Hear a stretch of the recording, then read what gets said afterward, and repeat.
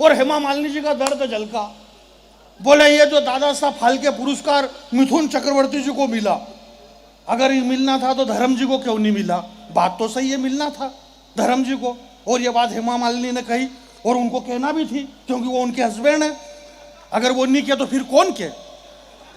तो उन्होंने सही कहा कि भाई मिथुन चक्रवर्ती को क्यों मिला, धर्मेंद्र जी को मिलना था। परंतु ये दुआ और बद्दुआ है संजय भैया, आप नोट करिए इस बात को, क्योंकि हिंदुस्तान के अंदर धर्मेंद्र एक ऐसा अभिनेता है, उसने बद्दुआ इतनी ले रखी है।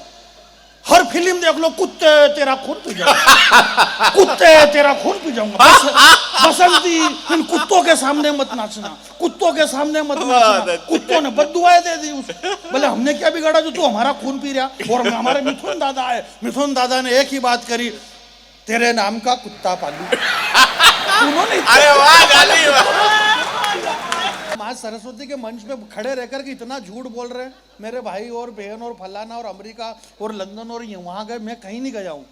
मेरे घर से सीधा यहीं आया हूँ और यहाँ से वापस मेरे घर चला जाऊंगा। नहीं, अपन 10-10, 20-20 दिन इधर उधर रोते फिरो, क्या मतलब है? अपन इधर उधर घूमते फिरो और अपने घर के सामने फिर दूसरे घूमते फिरे, क्या मतलब है? अपने को घर पे रहना बहुत जरूरी है। मैंने ताली बजाने के लिए नहीं खाया आपसे, आप बजाओ, ये आपकी मर्जी है मेरे भाई, कोई मतलब नहीं इन सारी चीजों से है। इस दुनिया में आदमी छोटा हो बड़ा हो जो भी हो, आप किसी की बद्दुआ मत लेना जीवन में। रविंद्र भाई, संजय भैया, डॉक्टर साहब, आपने 2 भाषा में पीएचडी कर रखी है, बहुत हिंदी विभाग में बड़े अधिकारी हैं, शिक्षा विभाग में पता नहीं किस विभाग में, पर है जरूर। नहीं रहने क्या थे, अब ये जो तो है ही सही। ये देश के बहुत बड़े मंच संचालक है। एक बार निम्बाड़ा के कवि सम्मेलन में मेरे परिवार के सारे लोग सामरिया जी के दर्शन करने के लिए आए, पूरा परिवार गाड़ी भर करके आया और मेरे लिए भी आए। बोले जानी बैरागी हमारे जीजा जी, उनको सुनेंगे। भाई साहब ने मेरे को पहले नंबर पे चेप दिया। 6 महीने तक तो मैं ससुराल में ही नहीं गया। हमारे शहर में बहुत अच्छे थे, मेरा साला यूं समझ रहा था कि अपने जीजा बड़े कवि हैं, अपने जीजा बड़े कवि। उनको मालूम पड़ा कि ये तो पहले नंबर पे चेपने के काम में आते हैं। भाई की कसम, मैं साल भर तक नहीं गया हूँ निम्बाड़ो, आज भी मेरे को आपसे डर लगता है। आपका कोई भरोसा नहीं, वो तो ओम प्रकाश आदित्य जी चले गए, नहीं तो आप उनको पहले नंबर पे चेप। समझ में ही नहीं आ रहा, ये पढ़ाई लिखाई ज्ञान व्यान सब अपनी जगह मेरे भाई। ये कवि सम्मेलन, ये मंच, ये सरस्वती, ये सारी चीजें अपनी जगह। मुकुटमणि जी हमारे बीच में आ गए, अब पता नहीं क्यों आ गए, पर आए हुए बैठ गए। आप चिंता मत करो, मेरे को मालूम है कितना दूर रखना और कितना पास रखना। अब इतना पास रख दिया, ये मुंह में घुस रहा, क्या मतलब? इसको दूर ही रखो, ज्यादा नजदीकी अच्छी नहीं होती है। ये नजदीकी सारी समस्या के कारण है, आप दूर रहो ना। इतने नजदीक क्यों आ रहे हो आप?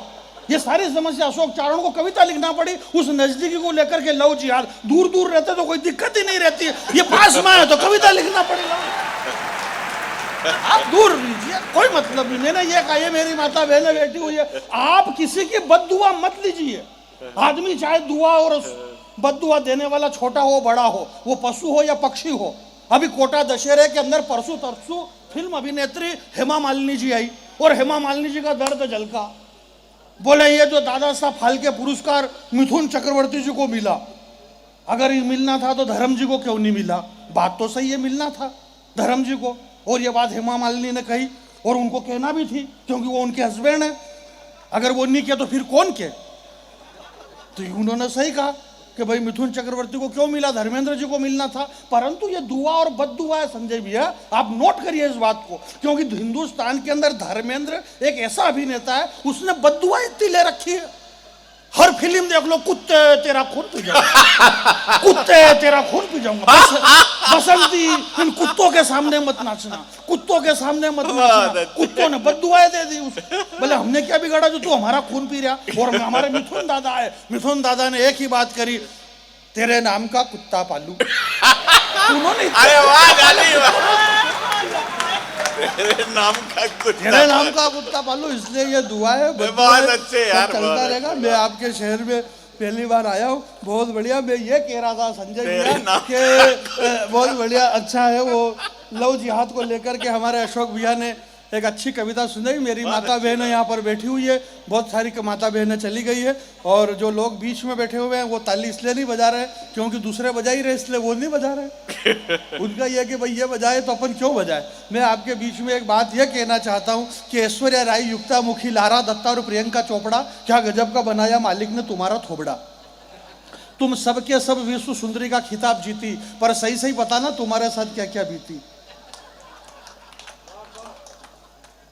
अब मेरी आवाज अगर पीछे तक जा रही है तो ये जो राजनीति पार्टी कांग्रेस भाजपा और इस तरह की बातें मैं करने का आदी ही नहीं हूँ, क्योंकि ये अशोक भाई तुम्हारा राजस्थान है, हमारे मध्य प्रदेश में जितनी कौमी एकता देश की राजनीति ने बताई किसी ने नहीं दिखाई है। मर्जी पड़े इतने कांग्रेस वाले भाजपा में प्रेम से आ रहे हैं, भाजपा वाले कांग्रेस में जा रहे हैं, मर्जी पड़े तब आ रहे हैं, जा रहे हैं, कोई दिक्कत नहीं। क्या मतलब है यार, ये इतने करोड़ खा रहे तो वो भी इतने करोड़ खा रहे हैं, सब खा रहे हैं, पी रहे हैं, और ये कभी लोग जबरदस्ती खिलाफ बोल रहे, बोले नेता सड़क खा गए, चारा खा गए, 10 करोड़ खा गए, 20 करोड़ खा गए। आपको इससे क्या लेना देना है? आप खुद का कॉन्फिडेंस क्यों नहीं बढ़ाते हो खाने पीने का? ये भारत की संपत्ति, सरकारी संपत्ति है, इस पे सबको अधिकार है। आप खाओ पियो ऐश करो, बस संसद में घाटे का बजट मत पेश करो। और ये कौन चिल्ला रहा कि खा गए खा गए?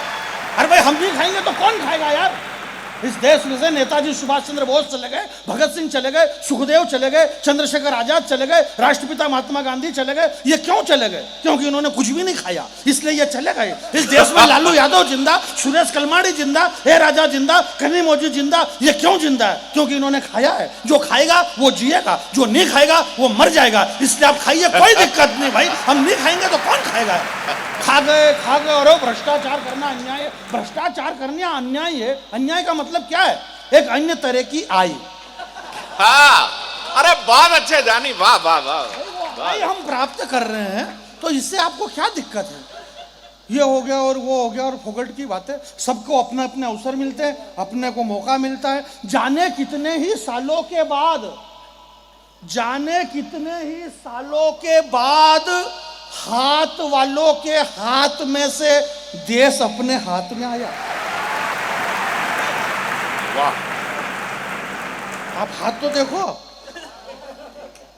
कितने सालों के बाद हाथ वालों के हाथ में से देश अपने हाथ में आया। मुझे बड़ी खुशी हुई कि कवि सम्मेलन रोजाना हो रहे हैं और गणेश चतुर्थी से लेकर के नवरात्रा खत्म हो रहे हैं। हमारे डॉक्टर संजय झाला साहब जो हमारे बड़े भाई हैं, हम हास्य विनोद में कुछ भी कह देते हैं, परंतु वाकई में हमें गर्व है। हिंदी विभाग के एक बड़े अधिकारी हैं और इन्हें इतना संपूर्ण ज्ञान है, तभी इन्होंने ये बात भी बताई कि नवरात्रा चल रही है। इन्होंने पहले ही बताया, किसी को भी मालूम नहीं था, इन्होंने बता दिया कि नवरात्रा चल रही है। एक बात बता रहा हूँ, तो ये जानकारी इन्होंने दी। तो अब रोज कवि सम्मेलन हो रहा है, इसलिए रोजाना कवि सम्मेलन में और आज के कवि सम्मेलन में ये फर्क है रविंद्र भाई कि रोजाना कवि सम्मेलन होते हैं, आज भी है, परंतु आज के कवि सम्मेलन में ये जो मात्र शक्ति है यहाँ पे बैठी हुई है, इतनी देर तक कविता सुन रही है, इतनी कवि सम्मेलन में इतनी माता बहनें कहीं भी नहीं आती है। मैं इन माता बहनों से चरणों में सर रख करके एक बात कहना चाहता हूँ। मेरे प्यारे दोस्त अशोक चारण जी ने जो प्यारी कविता सुनाई, भाई एक बढ़िया मिशन है इनका, इन बहन बेटियों पे बड़ा फक्र है। परंतु मैं एक बात ये कहना चाहता हूँ, लव जिहाद की बात करें यहाँ पे हुई, हमारी आदरणीय अंजुम रहवर जी और अकबर ताज यहाँ पर बैठे हुए हैं, और करणी माता ट्रस्ट के लोगों, मैं आपको भी प्रणाम करना चाहता हूँ कि जिस देश के अंदर, जिस मंच पे अंजुम रहवर और अकबर ताज अगर हो, इससे बड़ी यार कौमी एकता और क्या हो सकती है। ये इन्होंने जो बढ़िया आपने परिचय दिया, मैं ये कह रहा हूँ आपके बीच में, मेरा ये मानना है कि ये जो माता बहनें और ये जो लव जिहाद और ये जो सारी बातें हुई, भाई आज से लाखों साल पहले धरणीधर भगवान श्री लक्ष्मण जी ने अपनी तरकस में से एक तीर निकाला और उस तीर को निकाल करके उन्होंने एक रेखा खींच करके कहा कि हे मातेश्वरी जगदम्बे माता सीता, अगर आप इस लक्ष्मण की रेखा को बाहर पांव लांग करके नहीं जाएगी तो दुनिया में ऐसा कोई रावण नहीं है जो आपको छू भी सके। मैं हिंदुस्तान की तमाम माता बहनों से यह निवेदन करना चाहती हूँ कि आप कम से कम अपने मर्यादा की रेखा के अंदर रहे, ताकि हमें ऐसी परिस्थिति की भाई जानी, बहुत बढ़िया, वाह वाह वाह। भाई साहब, इससे बढ़िया बात मैं ये कह रहा था कि मुझे इस बात का दुख नहीं कि आसाराम बापू को सजा हो या ना हो, राम रहीम को सजा हो या ना हो, मुझे दुख इस बात का है कि उनके डेरे में ये अकेली गई क्यों।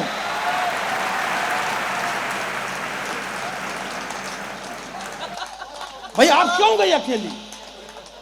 इस इकबाल साहब ने कहा ना कि भू पग पग पे जहाँ लगता साधु संतों का डेरा, तो हिंदुस्तान की पहचान उन साधु संतों से है मेरे भाई। भारत के इन साधु संतों से हमारी पहचान है। हमारे ठीक है, अनाज के अंदर थोड़े से कंकर गिर गए, इसका मतलब ये तो है ही नहीं कि सारा अनाज खराब हो गया। कुछ लोग गलत हो सकते हैं, परंतु साधु संत, सारे साधु संत तो गलत नहीं हो सकते। तो मेरा आपसे यह कहना है हिंदुस्तान की इन बहन बेटियों से कि भूल करके भी चली मत जाना अकेले में।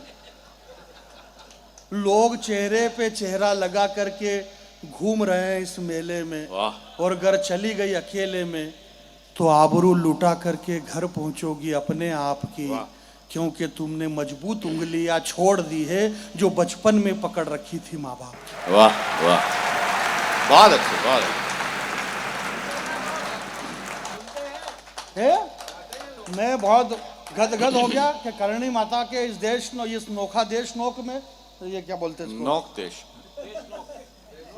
देश नोक में आप कविता सुनते हैं और नहीं सुनेगा भाई, चारण समाज अगर कविता नहीं सुनेगा, जिसका काम ही कलम से, और कलम के बाद में अगर पढ़ा तो तलवार से, जो तलवार चलाना जानता है वो कलम भी जलाना जानता है, और जो कलम चलाना जानता है वो तलवार जलाना जानता है। क्योंकि इस सृष्टि पे डॉक्टर साहब, जब जब शस्त्र हार जाता है, और जब शस्त्र ने शस्त्र फेंक दिया गया, जब अर्जुन के कांधे से गांडीव खिसकने लगा, मुंह सूखने लगा, और अर्जुन के हाथ से जब गांडीव छूट करके गिर गया, उस वक्त शस्त्र हार गया था। तो वासुदेव कृष्ण गीता लेकर के, शास्त्र लेकर के, यानी कि कलम लेकर के खड़े हो गए। तो जब शस्त्र हारता है तब कलम खड़ी होती है।